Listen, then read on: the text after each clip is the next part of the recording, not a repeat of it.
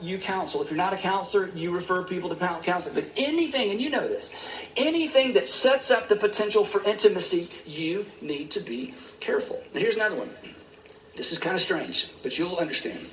When you feel your heart and your desire drifting toward a specific person that's really an out-of-bounds person, you need to tell somebody.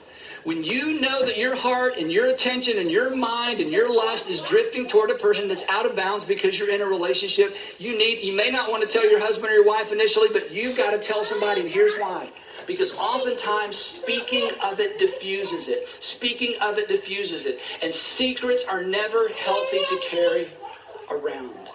This is about asking the question, what is the best thing, what is the wisest thing to do to protect my fidelity? The other issue, another area, of course, is social media. I mean, come on. When it comes to affairs and illicit, relationships and emotional, involvement, social media is a gateway drug. I mean, you know that, right? In fact, in some ways, social media is worse than actually meeting with someone privately for dinner or for coffee. Because with social media, I mean, you know how this goes. You just begin to idealize that person because you're only getting the highlight reels. Then you begin to fantasize about that person. Then you begin to romanticize the relationship. And you haven't even talked. I mean, you haven't even had any kind of physical contact. And by the time you do, everything is so amped up. Everything is so unrealistic. So all of those are areas where you need to have guardrails. And if you're married or again in a significant relationship, you need to talk about all of this. Because the point of it is this. The point of a guardrail is the light of our conscience before we hurt ourselves and before we hurt other people. A guardrail should light up our conscience. In other words, it should make us sensitive to something, not because we've done something, but because we are drifting in a direction.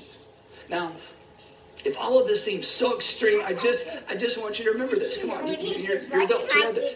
Dangerous environments, right? Dangerous environments call for extreme measures. You say, well, Andy, is it really all that dangerous? Let me ask you a question, then I'm done. Married couples, married and engaged couples, real quick. Just want to ask you. Married and engaged couples. What in our culture equips you and supports you when it comes to remaining faithful? What in our culture equips you to remain faithful and supports your decision to remain faithful? Advertising? No. Media? No. Television? No. Books? No. Unless you're reading a book about marriage, right? Single, same question. Who and what? Who and what? Who and what encourages you and equips you to live responsibly when it comes to your sexuality? Where in society are there people just saying, I just want to breathe life into you, I want to speak truth to you, I want to make sure that, if you ever get married, you're going to be so equipped, and who's doing that for you? That's why I say, it's a dangerous environment. It requires extreme measures. And come on, do you think, we're adults, right? Do you think that you'll look back in 5 years and regret establishing guardrails around your fidelity? Do you think 5 years from now you look back and you go, oh, those stupid guardrails, I got into so much trouble, I have so many regrets, spent all that money. I mean, no. If you establish guardrails, now 5 years later you'll look back and think it's one of the best decisions you ever made. So you flee or flirt. Flee honors God. Flee honors you.